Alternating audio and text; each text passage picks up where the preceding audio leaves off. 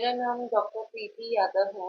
मैंने अपना graduation post graduation Maharashtra university of health sciences Nashik से किया है और वहीं से मेरा एसआरशिप वगैरह भी वहीं से पूरा हुआ है, नागपुर से। और यहाँ पे पटना में मैंने अपना क्लिनिक पिछले 6 महीने से स्टार्ट किया है, जॉयफुल फूड्स के नाम से। और इस क्लिनिक में सारी फैसिलिटीज मतलब ओपीडी फैसिलिटीज और डे केयर फैसिलिटीज सारे अवेलेबल है, जैसे कि वैक्सीनेशन हुआ, diet and nutrition counselling, developmental assessment. Day care में जो भी बच्चा इमरजेंसी में आता है तो उसको एडमिट भी किया जाता है, और डे केयर में उसको सारी फैसिलिटीज जैसे नेबुलाइजेशन ये सब दी जाती है। अब जैसा कि वीडियो टीम पहुंची आपके पास जाने और इसका आराम आराम आपने शुरुआत किया था 6 महीने पहले और आज सितंबर का माह चल रहा है ना, क्या कुछ खास रहा है इन 6 महीने के बीच किस तरह के पेशेंट आपके पास पहुंचे, बच्चे जो पहुंचे आपके पास किस हालात में पहुंचे, कौन सी बीमारी किस तरह से आपके पहले तो हमारी शुरुआत 6 महीने पहले हुई, तो पहले तो इतना पेशेंट का फ्लो नहीं था, लेकिन जैसे जैसे लोग जानने लगे तो जो नॉर्मल वायरल बीमारियां हैं ओपीडी बेसिस पे जो आती है, रेस्पिरेटरी ट्रैक्ट इन्फेक्शन हुआ, डायरिया, डिसेंट्री हुआ, वो सब आने लगी। अभी रेनी सीजन बरसात के मौसम में ज़्यादा पेशेंट का फ्लो बढ़ा है। इसमें डेंगू हो गया, चिकनगुनिया हो गया, डायरिया, डिसेंट्री हो गया, निमोनिया हो गया, ये सब केसेस हमने यहाँ पे देखे हैं। पास? जैसे कि आपने कहा कि डेंगू हो गया, चिकनगुनिया हो गया, डायरिया हो गया, डायरिया से नॉर्मल हो गया तो उसकी वजह से लेकिन डेंगू और चिकनगुनिया क्या बच्चों की वजह से वो लोगों में आती है? डेंगू चिकनगुनिया बच्चों में भी होता है, और बच्चों में थोड़ा ज़्यादा सीरियस होता है, क्योंकि बच्चों में लक्षण उतने कॉन्स्पिशियस नहीं होते जितने अडल्ट लोग में होते हैं, तो उसको पहचानना बड़ा मुश्किल होता है। और ट्रीटमेंट भी जल्द से जल्द देना बहुत आवश्यक होता है, नहीं तो बच्चे इमरजेंसी में सीरियसनेस में कभी भी लैंड हो सकते हैं। तो हम आते हैं तो पहले तो ओपीडी बेसिस पे ट्रीट करने की कोशिश करते हैं जहाँ तक हो सके। अगर नहीं होता है तो हम फिर उनको रेफर करते हैं, आईसीयू केस अगर होता है। तो देखा जाए तो जिस तरीके से यहाँ पे बाढ़ बाढ़ भी यहाँ पे सुंदर करते हैं, यहाँ पे सुंदर यहाँ पे निवारण होता है बाढ़ों से। आज अगर बच्चे की बात करें, बड़े की बात करें, घर की बात करें, बुजुर्ग की बात करें, तो जो बालों की जो समस्या आती है और जो बालों को पोषण मिलना चाहिए, बालों को किस तरह से एक तनाव रखना चाहिए, तो उसके लिए क्या कुछ संदेश आते हैं कि किस तरह का रहन सहन बालों का तो यही है कि प्रोटीन डाइट में सबसे ज़्यादा होना चाहिए। उसी से हेयर फॉल और हेयर ग्रोथ स्टिमुलेट होगा। बच्चों में प्रोटीन डाइट पहले से शामिल होना चाहिए ताकि उनका हाइट वेट सब ठीक तरह से ग्रो हो। तो उसमें एग है, एग जो ऐसा फूड है जिसमें सारे 9 एसेंशियल अमाइनो एसिड्स पाए जाते हैं। बाकी जो घर के नॉर्मल घर में जो दालें हैं, सोयाबीन है, ये सब प्रोटीन के स्रोत है, मिल्क है, पनीर है। तो ये सब से आपको हेयर ग्रोथ का समस्या को बच सकते हैं। बच्चे भी जन्म लेने के पश्चात भी बहुत सारी समस्याएं आती है, बहुत सारी चीजें उनको लगती है। ऐसे में मैम आपका जो ड्राइवर सीट है वो किस तरह से राहत देता है उसके कर जाओ?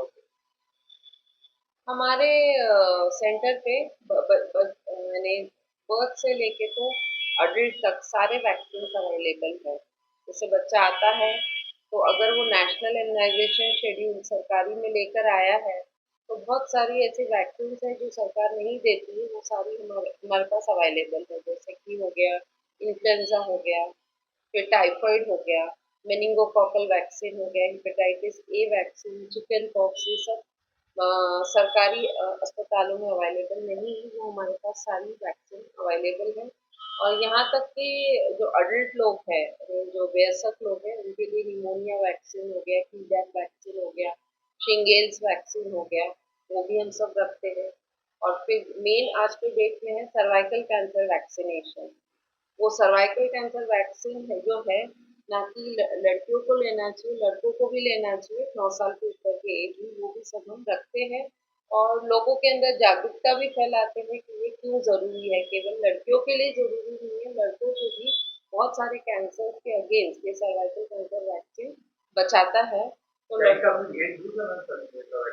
Cervical cancer vaccine mainly 9 to 26 years age group में बॉयज़ में दिया जाता है, और लड़कियों में 9 साल से लेकर तो 45 ईयर्स तक दिया जाता है, 3 या 2 डोज में दिया जाता है, डिपेंडिंग अपॉन कौन सा ब्रांड आप लगा रहे हैं। तो वैक्सीन देने का मतलब ये हो गया कि 9 साल की एज से बच्चे को सर्वाइकल कैंसर होने का चांस हो सकता है। नहीं नहीं, सर्वाइकल कैंसर का चांस जो है सेक्सुअल एक्टिविटी स्टार्ट होने के बाद उसका चांसेस बढ़ते हैं, लेकिन हमको उसके पहले ही वैक्सीनेट कर देना है, चाहे लड़का हो चाहे लड़की हो, ताकि जैसे उसका फर्स्ट सेक्सुअल कांटेक्ट हो उसके पहले उसके अंदर एंटीबॉडीज डेवलप हो चुके हैं, तो इसीलिए वो 9 साल से हम लोग स्टार्ट करते हैं देना।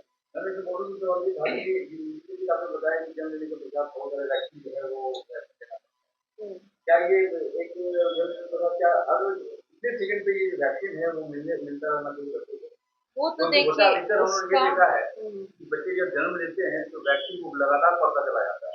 हम्म, कुछ बच्चे तो हम देखते हैं कि हाँ भाई बहुत सफल हो जाते हैं उसके साथ, लेकिन बहुत सारे बच्चों को हमने ये भी देखा है कि बहुत ज़्यादा वैक्सीन पड़ने पे वो बच्चे की जो खराब हो जाते हैं और अगर वो आगे जैसे चला जाता है।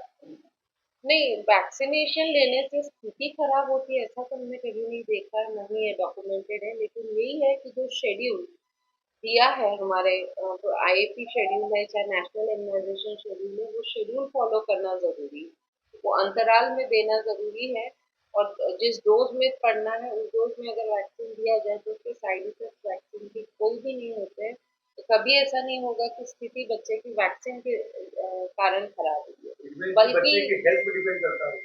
नहीं नहीं, हेल्थ पे नहीं डिपेंड करता, vaccination is a right for every child, हर बच्चे ने लेना चाहिए वैक्सीन, क्योंकि वो कभी नुकसान नहीं करेगा, फायदा ही करेगा, और फायदा तो हमेशा करता है, नुकसान का तो हमने कभी बात सुना नहीं। नुकसान नहीं करता। नुकसान नहीं कर सकता है, तो बशर्ते कि आप सही डोज में सही ब्रांड सही तरीके से शेड्यूल फॉलो करके लीजिए। आज की तरह की मौसम की बीमारी चल रही है ना, जिस तरीके से कभी गर्मी है कभी बारिश है हम्म कभी इस तरह से चल रही है, ऐसे में बच्चों का बहुत इस तरह से बीमारी में बहुत ज्यादा बढ़ रहा है। हम्म। क्या कुछ संदेश देंगे और क्या कुछ कहना चाहेंगे किस प्रकार प्रिकॉशन लेगा? अभी तो यही है कि बच्चों का मतलब वायरल इन्फेक्शन ज्यादा फैले हुए, बच्चों का इम्यूनिटी बढ़ाने के लिए उनका खान पान का ध्यान पेरेंट्स को रखना चाहिए, हाई प्रोटीन डाइट देना चाहिए और जंक फूड अवॉइड करना चाहिए। और दूसरी वैक्सीनेशन की बात है कि हर रेनी सीजन के पहले इन्फ्लुएंजा वैक्सीन जो होता है, फ्लू वैक्सीन, जिनको बार बार सर्दी जुकाम होता है उन्होंने, बच्चों ने 5 साल तक के एज में इन्फ्लुएंजा वैक्सीन ईयरली ले लेना चाहिए।